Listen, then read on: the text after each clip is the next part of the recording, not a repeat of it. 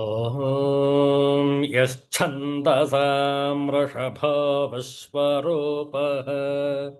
छन्दोभ्योऽध्यमृता सम्बभूव समेन्द्रो मेधया स्पृणोतु अमृतस्य देवधारणो भूयासम् शरीरं मे विचर्षणम् जिह्वा मे मधुमत्तमा कर्णाभ्य भोर्विश्रुवम् ब्रह्मणः कोशोऽसि मेधया पिहितः श्रुतं मे गोपाय ॐ शान्तिः शान्तिः शान्तिः हरिः ॐ श्रीगुरुभ्यो नमः हरिः ॐ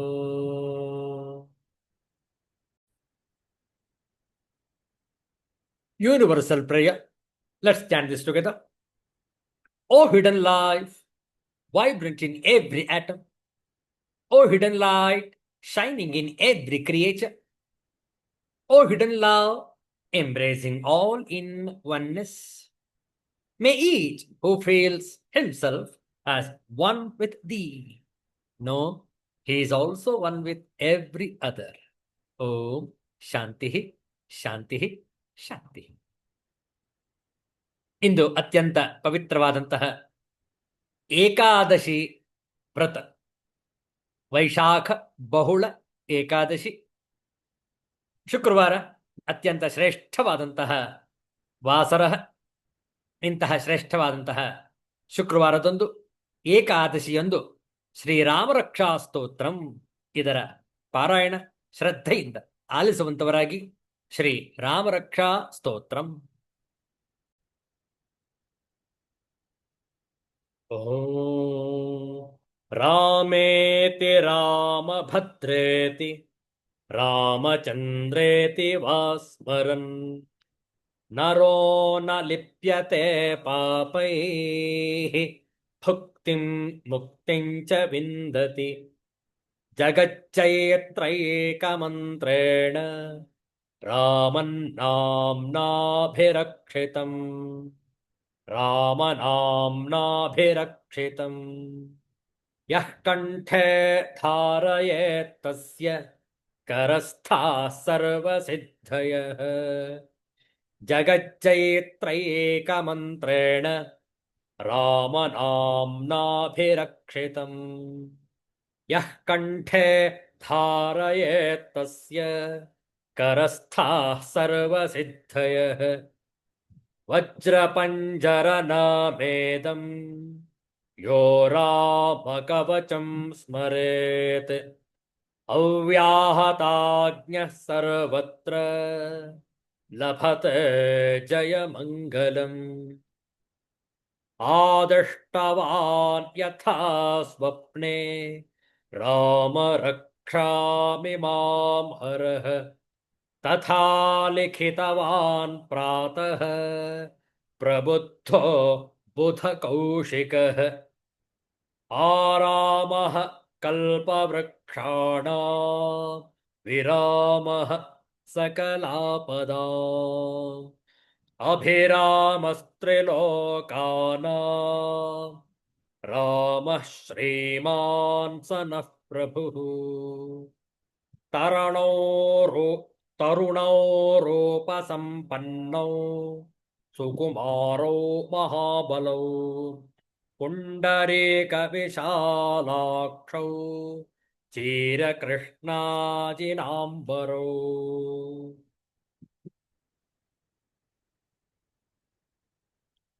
ಲೋಕಾಭಿರಾಮಂ ರಣರಂಗಧೀರಂ ರಾಜೀವನೇತ್ರಂ ರಘುವಂಶನಾಥಂ ಕಾರುಣ್ಯರೂಪಂ ಕರುಣಾಕರಂತಂ ಶ್ರೀರಾಮಚಂದ್ರಂ ಶರಣಂ ಪ್ರಪದ್ಯೆ. ಶ್ರೀರಾಮಚಂದ್ರಂ ಶರಣಂ ಪ್ರಪದ್ಯೆ. ಶ್ರೀರಾಮಚಂದ್ರಂ ಶರಣಂ ಪ್ರಪದ್ಯೆ.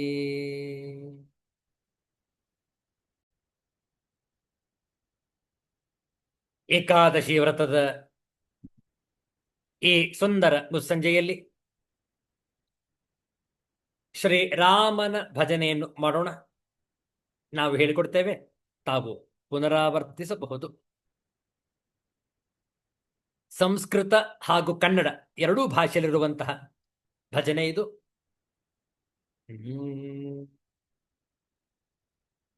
ಕೋದಂಡರಾಮ್ ಕೋದಂಡರಾಮ್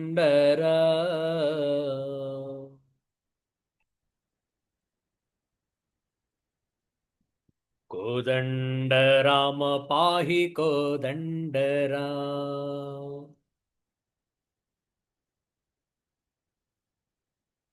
ಶ್ರೀಕರ ತ್ರಾಹಿ ಭಾಸ್ಕರ ದೇಹಿ. ಲೋಕೇಶ ಪಾಹಿ ಸದ್ಗುಣ ದೇಹಿ.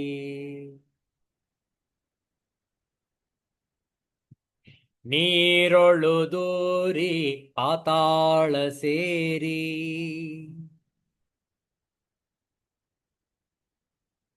ತಮನೊಳು ಹೋರಿದ ಮತ್ಸ್ಯಾವತಾರಿ.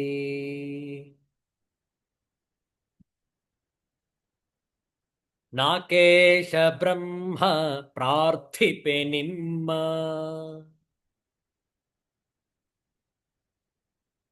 ಆದಿಲಿ ಕೂರ್ಮ ಪಾಲಿಸು ನಮ್ಮ.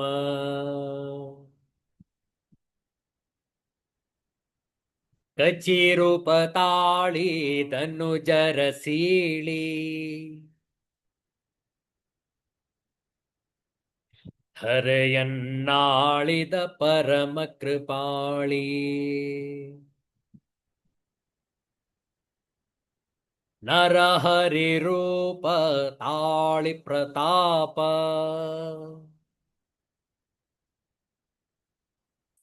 ತೋರಿದ ರೂಪ ಪ್ರೌಢ ಕಲಾಪ.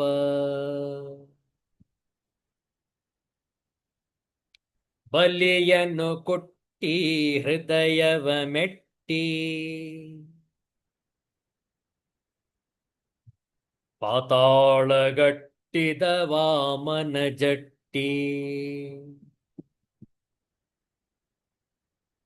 ಧಾತ್ರೀಶ ವಂಶ ಮಾಡಿತೆ ಧ್ವಂಸ. ಮುನಿಕುಲ ಹಂಸ ಸತ್ಯ ಪ್ರಶಂಸ.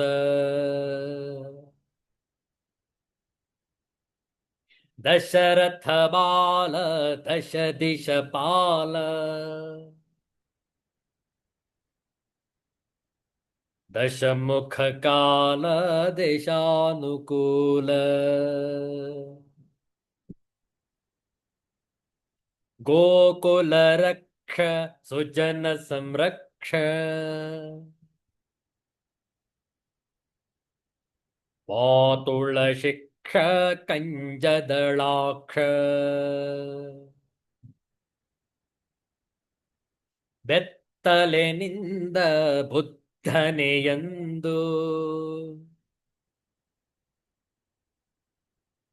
ಅರ್ಚಿಪೆನಿಂದು ಪ್ರಾರ್ಥಿಪೆನಿಂದು. ಕಲ್ಕ್ಯಾವತಾರ ಕಲಿಮನ ದೂರ.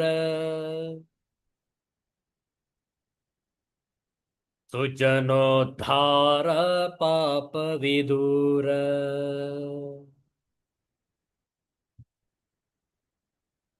ಸಾಗರವಾಸ ನಾಗಮುಖೇಶ. ನುಡಿಸಿದ ಭಾಷಾ ಭಜನ ವಿಶೇಷ. ಸುಜನರು ಕೂಡಿ ಸುಮನವ ಪಾಡಿ. ಭಜಿಸುತ್ತಲಾಡಿ ಜಗದಿ ಕೊಂಡಾಡಿ ಶ್ರೀ ಗುರುಮೂಲ ಸಿತಾನುಕೂಲ ಭುವನೆ ಕಪಾಲ ಸದ್ಗುಣಶೀಲ ಮಂಗಳ ರಾಮ ಮಂಗಳ ಪ್ರೇಮ ಮಂಗಳಧಾಮ ಜಗದಿ ನಿಸೀಮ ಕೋದಂಡರಾಮ್ ಕೋದಂಡರಾಮ್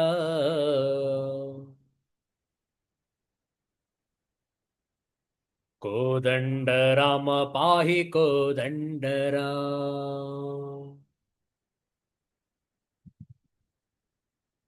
ಕೋದಂಡರಾಮ ಪಾಹಿ ಕೋದಂಡರಾಮ್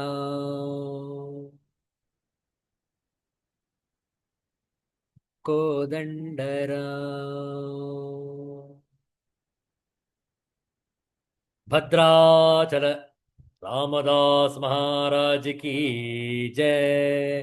अयोध्यापति श्री रामचंद्र महाराज की जय। सिद्धांत अवधूत चिंतन श्री गुरुदेव दत्त। जय जय रघुवीर समर्थ श्री सद्गुरुनाथ महाराज की जय। हर हर नमः पार्वती पतये हर हर महादेव शंभो।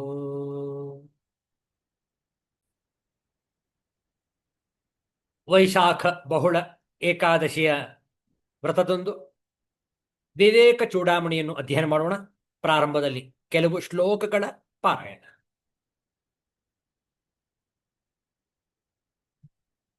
ಪ್ರಾರಂಭದಲ್ಲಿ ಮಂಗಳಾಚರಣ ಶ್ಲೋಕ. ಪ್ರತಿಯೊಂದು ಶ್ಲೋಕವನ್ನು ಕೂಡ ನಾವು ಹೇಳಿಕೊಡ್ತೇವೆ, ತಾವು ಪುನರಾವರ್ತಿಸಬಹುದು. ಸರ್ವ ವೇದಾಂತ ಸಿದ್ಧಾಂತ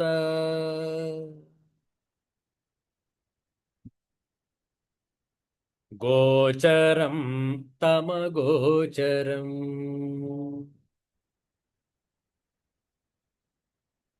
ಗೋವಿಂದಂ ಪರಮಾನಂದಂ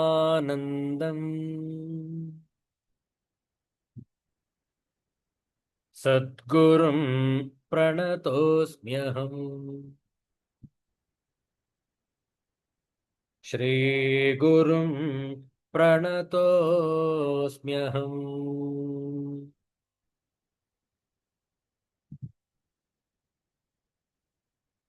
ವಿವೇಕ ಚೂಡಾಮಣಿಯ 243ನೇ ಶ್ಲೋಕದಿಂದ ಪಾರಾಯಣ ಆರಂಭ.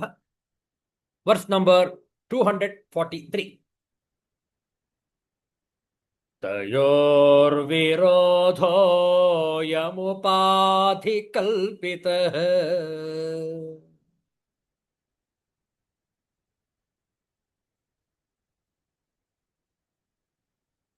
ನ ವಾಸ್ತವಃ ಕಶ್ಚಿದುಪಾಧಿರೇಷಃ.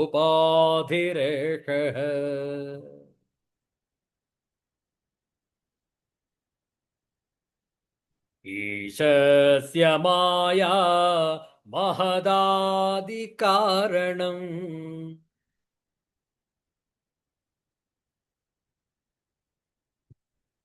ಜೀವಸ್ಯ ಕಾರ್ಯಂ ಶೃಣು ಪಂಚಕೋಶಂ.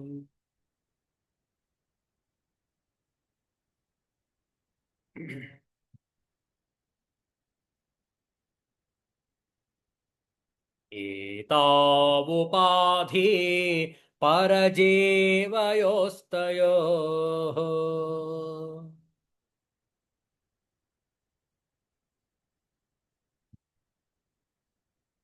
सम्यं निरासे न परो न जीवः.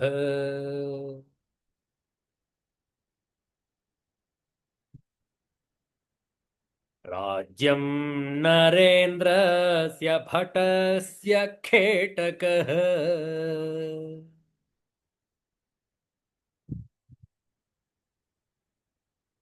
ತಯೋರಪೋಹೆ ನ ಭಟೋ ನ ರಾಜ.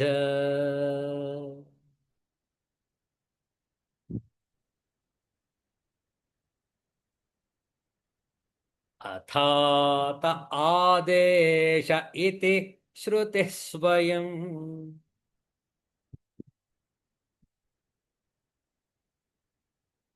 ನಿಷೇಧತೆ ಬ್ರಹ್ಮಣಿ ಕಲ್ಪಿತಂ ದ್ವಯಂ.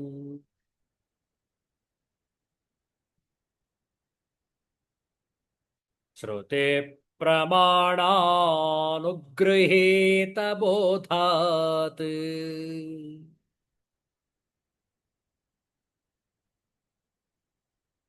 ತಯೋರ್ನಿರಾಸಃ ಕರಣೀಯ ಏವಂ.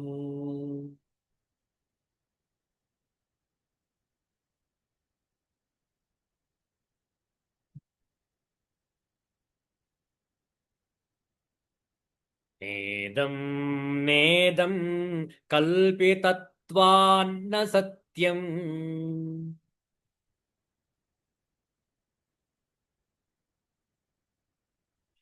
ರಜ್ಜೋ ದೃಷ್ಟವ್ಯಾಲವತ್ ಸ್ವಪ್ನವಚ್ಚ.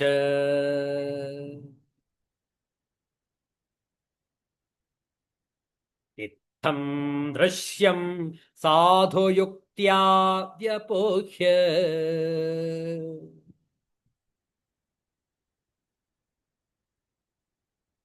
ಜ್ಞೇಯಃ ಪಶ್ಚಾದೇಕಭಾವಸ್ತಯೋರ್ಯಃ.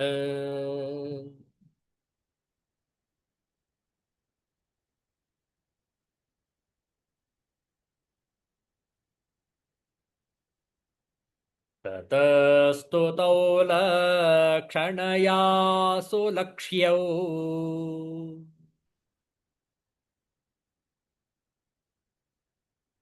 ತಯೋರಖಂಡೈಕರಸತ್ವಸಿದ್ಧಯೇ.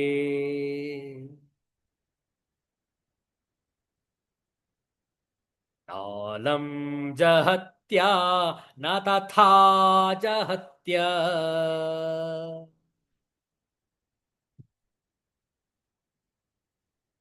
ಕಿಂತು ಭಯಾರ್ಥಾತ್ಮಿಕ ಏವ ಭಾವ್ಯಂ.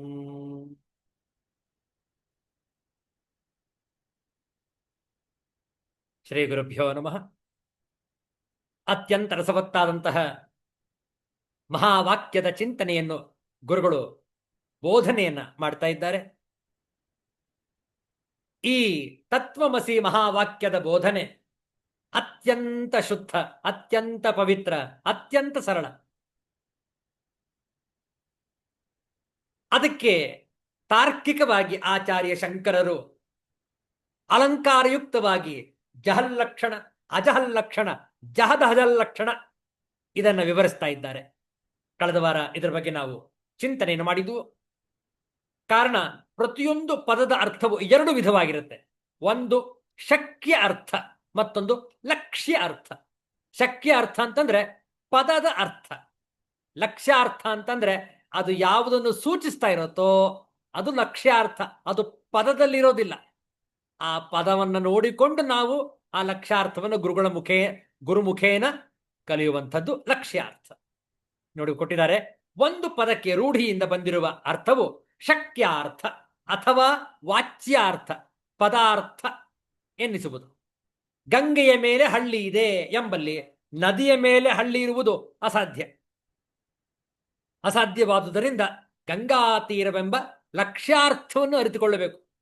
ಗಂಗೆಯ ಮೇಲೆ ಇದ್ದಾರೆ ಅಂತಂದ್ರೆ ಗಂಗೆಯ ತೀರದಲ್ಲಿ, ಅದರ ಸನಿಹದಲ್ಲಿ ವಾಸ ಮಾಡ್ತಾ ಇದ್ದಾರೆ ಅಂತ ಅರ್ಥ ಮಾಡ್ಕೊಳ್ಬೇಕು.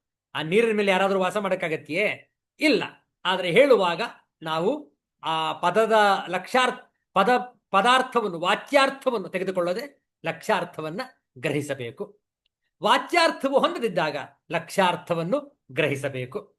ಲಕ್ಷಣೆಯು ಮೂರು ಬಗೆಯಾಗಿದೆ: ಜಹಲ್ಲಕ್ಷಣೆ, ಅಜಹಲ್ಲಕ್ಷಣೆ, ಜಹದಹಜಲ್ಲಕ್ಷಣೆ. ವಾಚ್ಯಾರ್ಥವನ್ನು ಬಿಟ್ಟು ಬೇರೆ ಅರ್ಥವನ್ನು ಹೇಳುವುದು ಜಹಲ್ಲಕ್ಷಣೆಯು. ವಿಷವನ್ನು ತಿನ್ನು ಎಂಬ ಉದಾಹರಣೆಯಲ್ಲಿ ಶತ್ರುವಿನ ಮನೆಯಲ್ಲಿ ಊಟ ಮಾಡಬಾರದು ಎಂಬ ಅರ್ಥದಲ್ಲಿ ತಿನ್ನು ಎಂಬ ಪ್ರಯೋಗವಿದೆ. ಅಲ್ಲಿ ತಿನ್ನೋದೇನೂ ಇರಲ್ಲ, ಆದರೆ ವಿಷವನ್ನು ತಿನ್ನು ಅಂದ್ರೆ ನಾವು ಶತ್ರುವಿನ ಮನೆಗೆ ಹೋದ್ರೆ ವಿಷವನ್ನು ಸೇವಿಸಿದ ಹಾಗೆ ಅನ್ನುವ ಅರ್ಥದಲ್ಲಿ. ಆದ್ರಿಂದ ಇಲ್ಲಿ ವಾಚ್ಯಾರ್ಥವನ್ನು ತೆಗೆದುಕೊಳ್ಳಬಾರ್ದು, ನಾವು ಲಕ್ಷ್ಯಾರ್ಥವನ್ನು ಗ್ರಹಿಸಬೇಕು. ಕನ್ನಡದಲ್ಲೂ ಒಂದು ಇದೇ ತರಹವಾದ ಒಂದು ವಾಕ್ಯ ಇದೆ ನೋಡಿ. ಅವನು ಕಾಲಿಗೆ ಬುದ್ಧಿ ಹೇಳಿದ. ಏನ್ ಹಾಗಂದ್ರೆ ಕಾಲಿಗೆ ಬುದ್ಧಿ ಹೇಳೋದು ಅಂದ್ರೆ ಓಡೋಗೋದು ಅಂತ ಅರ್ಥ. ಅಲ್ಲಿ ಕಾಲು ಇರೋಲ್ಲ, ಅಲ್ಲಿ ಬುದ್ಧಿನೂ ಇರೋಲ್ಲ. ಆದ್ರೆ ಪದ ವಾಕ್ಯ ಹೇಗಿದೆ? ಅವನು ಕಾಲಿಗೆ ಬುದ್ಧಿ ಹೇಳಿದ. ಏನ್ ಕಾಲು ನೋಡ್ಕೊಂಡು ಅವನು ಬುದ್ಧಿ ಹೇಳಕ್ ಶುರು ಮಾಡಿದ್ನಿಯೇ ಅಥವಾ ಉಪದೇಶ ಮಾಡಕ್ ಶುರು ಮಾಡಿದ್ನಿ ಕಾಲಿಗೆ? ಆ ಅರ್ಥ ಅಲ್ಲ. ವಾಚ್ಯಾರ್ಥವನ್ನು ತೆಗೆದುಕೊಳ್ಳಬಾರದು ನಾವು, ಲಕ್ಷ್ಯಾರ್ಥವನ್ನು. ಏನ್ ಸೂಚಿಸ್ತಾ ಇದೆ ಅದು? ಅವನು ಏತೋ ನೌದೋ ಗ್ಯಾರ ಹೋಗಯ, ಹಿಂದಿಯಲ್ಲಿ ಹೇಳ್ತಾರೆ ನೌದೋ ಗ್ಯಾರ. ನೌದೋ ಗ್ಯಾರ ಅಂತಂದ್ರೆ ನೌ ಅಂದ್ರೆ 9, ದೋ ಅಂದ್ರೆ 2. ಸೊ 9 + 2 = 11. ಅಲ್ಲೇನ್ ಮ್ಯಾಥಮೆಟಿಕ್ಸ್ ಇಲ್ಲ, ಅಲ್ಲೇನ್ ಗಣಿತದ ಲೆಕ್ಕ ಇಲ್ಲ. ಅಲ್ಲಿ ನೌದೋ ಗ್ಯಾರ ಅಂತಂದ್ರೆ ಓಡೋದ ಅಂತ ಅರ್ಥ. ಕಾಲಿಗೆ ಬುದ್ಧಿ ಹೇಳಿದ ಅಂದ್ರೆ ಓಡೋದ ಅಂತ ಅರ್ಥ. ಅಲ್ಲಿ ಕಾಲು ಬುದ್ಧಿ ಅಲ್ಲ ಏನಿರೋದಿಲ್ಲ. ಆ ರೀತಿಯಾದ ಲಕ್ಷಣ ವಾಕ್ಯ ಅದು. ಆ ಲಕ್ಷ್ಯಾರ್ಥವನ್ನು ನಾವು ಗ್ರಹಿಸಬೇಕು. ವಾಚ್ಯಾರ್ಥವನ್ನು ಬಿಡದೆ ಬೇರೆ ಅರ್ಥವನ್ನು ಹೇಳುವುದು ಅಜಹಲ್ ಲಕ್ಷಣೆ. ಬಿಳಿಯ ಕುದುರೆ ಬಿಳಿಯು ಓಡುತ್ತಿದೆ. ಸುಮ್ಮನೆ ಬಿಳಿ ಓಡ್ತಾ ಇದೆ ಅಂದ್ರೆ ಏನರ್ಥ? ಬಿಳಿಯ ಕುದುರೆ ಓಡ್ತಾ ಇದೆ ಅನ್ನೋ ಅರ್ಥವನ್ನು ನಾವು ಮಾಡ್ಕೊಳ್ಬೇಕು. ಎಂಬಲ್ಲಿ ಬಿಳಿಯ ಎಂಬ ಅರ್ಥವನ್ನು ಬಿಡದೆ ಅದಕ್ಕೆ ಸಂಬಂಧಪಟ್ಟ ಕುದುರೆಯನ್ನು ನಾವು ಅರ್ಥ ಮಾಡಿಕೊಳ್ಬೇಕು. ಕೆಲವರು ಬಿಳಿ ಓಡ್ತಾ ಇದೆ, ಕೆಂಪು ಓಡ್ತಾ ಇದೆ. ಕೆಂಪು ಓಡಕ್ಕಾಗತ್ತೆಯೇ? ಕೆಂಪಾಗಿರುವ ಕುದುರೆಯು ಓಡ್ತಾ ಇದೆ ಅಂತ ಹೇಳಿ ಅರ್ಥವನ್ನ ನಾವು ಮಾಡ್ಕೊಳ್ಬೇಕು. ಮೂರನೆಯ ಲಕ್ಷಣದಲ್ಲಿ ಕೆಲವು ವಿರುದ್ಧ ಭಾಗಗಳನ್ನು ಬಿಟ್ಟು ಒಂದಂಶವನ್ನು ಉಳಿಸಿಕೊಳ್ಳಬೇಕು. ಇದರ ಒಂದು ಉದಾಹರಣೆಯಾಗಿ ಮುಂದಿನ ಶ್ಲೋಕ ಇದೆ, ಅದನ್ನು ಮುಂದುವರಿಸೋಣ.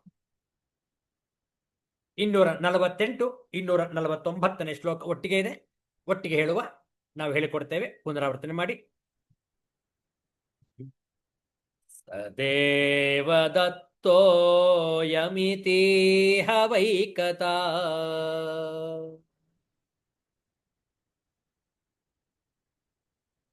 ವಿರೋಧ ಧರ್ಮಾಂಶಮಪಾಸ್ಯ ಕಥ್ಯತೆ.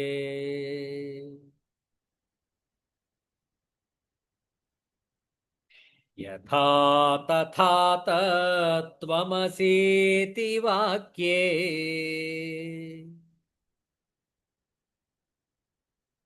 ವಿರೋಧ ಧರ್ಮಾನುಭಯತ್ರ ಹಿತ್ವಾ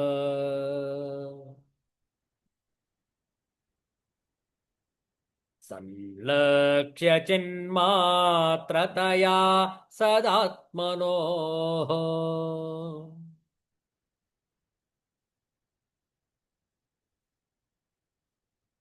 ಅಖಂಡ ಭಾವಃ ಪರಿಚೀಯತೆ ಬುಧೈಃ.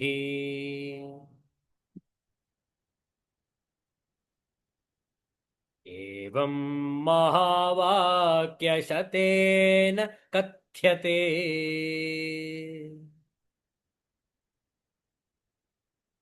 ಬ್ರಹ್ಮಾತ್ಮನೋರೈಕ್ಯಮಖಂಡ ಭಾವಃ.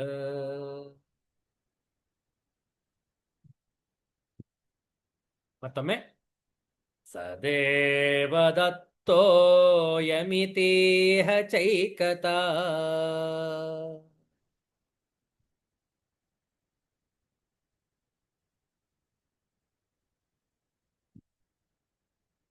ವಿರೋಧ ಧರ್ಮಾಂಶಮಪಾಸ್ಯ ಕಥ್ಯತೆ.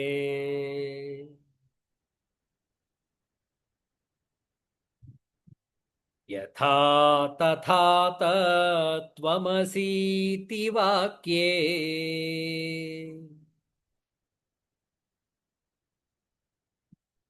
ವಿರೋಧ ಧರ್ಮಾನುಭಯತ್ರ ಹಿತ್ವಾ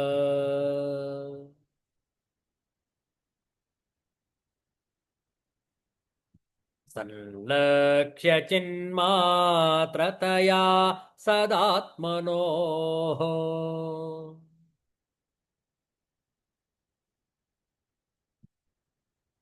ಅಖಂಡ ಭಾವಃ ಪರಿಚೀಯತೆ ಬುಧೈಃ.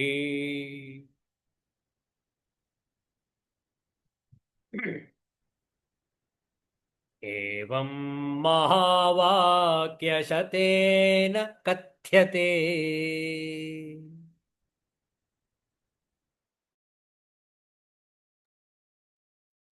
ಬ್ರಹ್ಮಾತ್ಮನೋರೈಕ್ಯಮಖಂಡ ಭಾವ.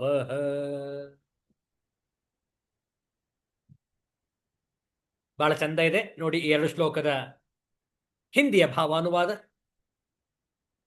वो देवदत्त यह है, वह देवदत्त यह है.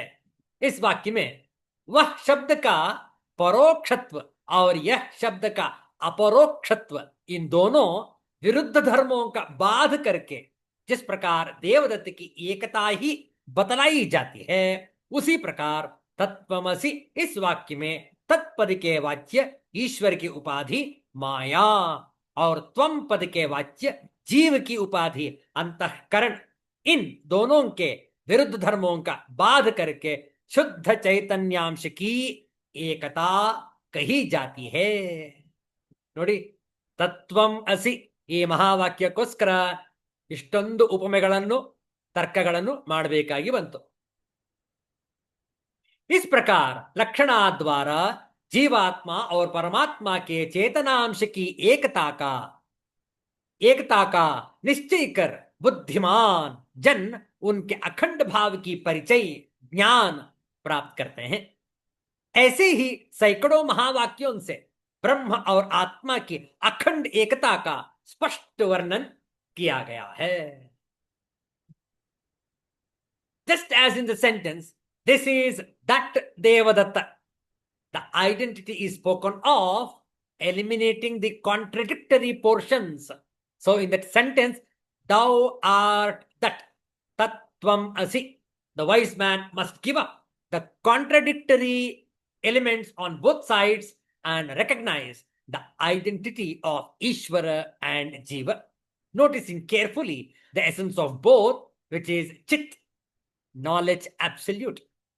Thus, hundreds of scriptural texts inculcate the oneness and identity of Brahma and Jiva. Contradictory portions such as the differences of Desha, time, Kala, Desha is place, Kala is the time. No difference whatsoever. If at all there are differences, it's only because of Desha and Kala, whereas the identity says it is devoid of Desha and Kala. Let's see the Padachet.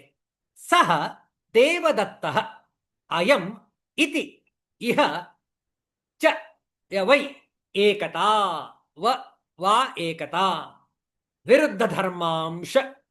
विरुद्ध धर्मांशम अपास्य कथ्यते.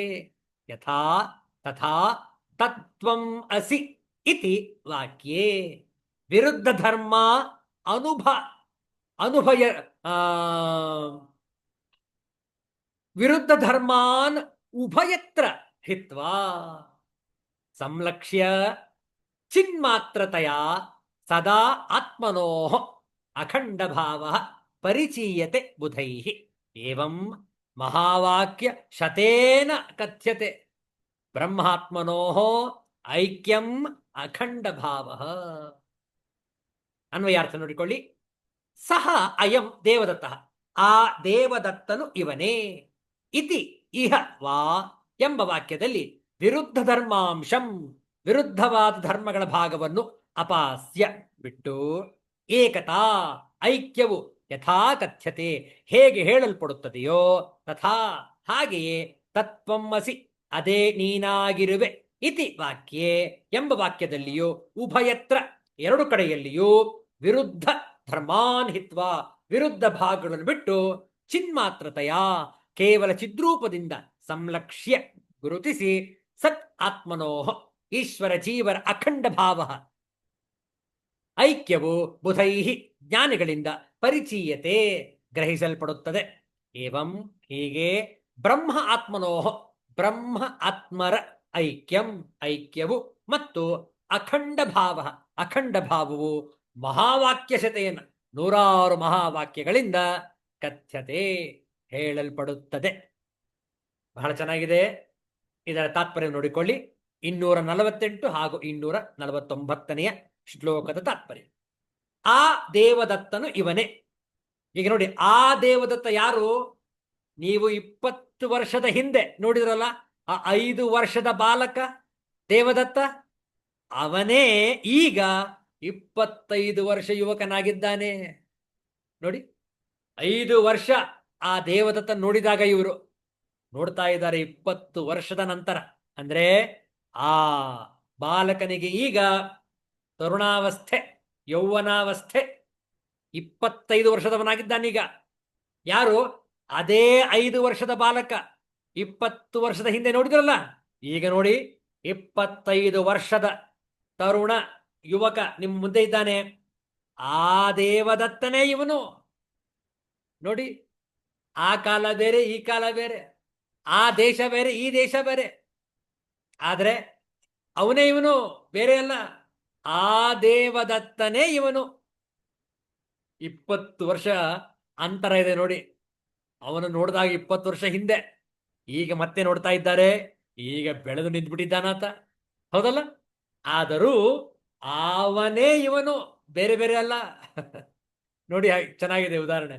ಆ ದೇವದತ್ತನು ಇವನೇ ಎಂಬ ವಾಕ್ಯದಲ್ಲಿ ವಿರುದ್ಧ ಧರ್ಮಗಳ ಭಾಗವನ್ನು ಬಿಟ್ಟು ಐಕ್ಯವನ್ನು ಹೇಗೆ ಸಾಧಿಸುತ್ತಾರೆಯೋ ಹಾಗೆಯೇ ಅದೇ ನೀನಾಗಿರುವೆ ಎಂಬ ವಾಕ್ಯದಲ್ಲಿ ಜ್ಞಾನಿಗಳು ಎರಡು ಕಡೆಯಲ್ಲಿಯೂ ವಿರುದ್ಧ ಭಾಗಗಳನ್ನು ಬಿಟ್ಟು ಜೀವ ಈಶ್ವರ ಇವರ ಸ್ವರೂಪವಾದ ಕೇವಲ ಚಿದ್ರೂಪವನ್ನೇ ಗುರುತಿಸಿ ಅವರ ಅಖಂಡ ಭಾವವನ್ನು ಗ್ರಹಿಸುತ್ತಾರೆ. ಹೀಗೆ 100 ಉಪನಿಷತ್ ವಾಕ್ಯಗಳು ಜೀವ ಪರಮಾತ್ಮರ ಐಕ್ಯವನ್ನು, ಅಖಂಡ ಭಾವವನ್ನು ಹೇಳುತ್ತವೆ. ತತ್ ತ್ವಂ ಅಸಿ. ಅದು ಯಾವ ಪಾರಮಾರ್ಥಿಕ ಶಕ್ತಿ ಇದೆಯೋ, ದೇವರು ಅಂತ ನಾವೇನ್ ಕರಿತೀವಿಯೋ, ಅದು ತ್ವಂ ಅಸಿ, ನೀನೇ ಆಗಿದ್ದೀಯ. ಅದು ಬೇರೆ, ಇದು ಬೇರೆ ಅಲ್ಲ. ಆ ಪಾರಮಾರ್ಥಿಕ ಶಕ್ತಿಯೇ ನಿನ್ನ ರೂಪದಲ್ಲಿ ಇದೆ. ನೋಡಿ, ಆದ್ರಿಂದ ದೇಶ ಕಾಲ, ಆ ದೇಶ ಈ ದೇಶ, ದೇಶ ಅಂದ್ರೆ ಕಂಟ್ರಿ ಅಂತಲ್ಲ ಇಲ್ಲಿ. ಅದು ಯುರೋಪ್, ಇದು ಭಾರತ, ಅದು ಇಂಗ್ಲೆಂಡ್, ಇದು ಸ್ಕಾಟ್ಲೆಂಡ್. ದೇಶ ಅಂದ್ರೆ ಪ್ರದೇಶ ಅಂತ ಅರ್ಥ, ಜಾಗ, ಸ್ಥಾನ ಅಂತ ಅರ್ಥ.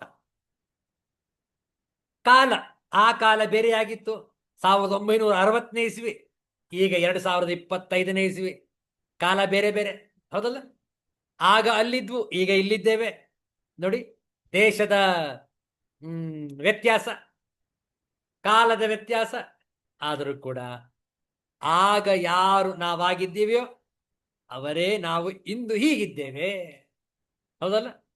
ಕಾರಣೋಪಾಧಿ, ಕಾರ್ಯೋಪಾಧಿ, ಪ್ರತ್ಯಕ್ಷ, ಪರೋಕ್ಷತ್ವ, ಅದ್ವಿತೀಯತ್ವ, ಸದ್ವಿತೀಯತ್ವ, ಇವೇ ಮೊದಲಾದ ವಿರುದ್ಧ ಭಾವಗಳನ್ನು ಬಿಟ್ಟು ಆ ಐಕ್ಯತೆಯನ್ನು ನಾವು ಗಮನಿಸತಕ್ಕದ್ದು.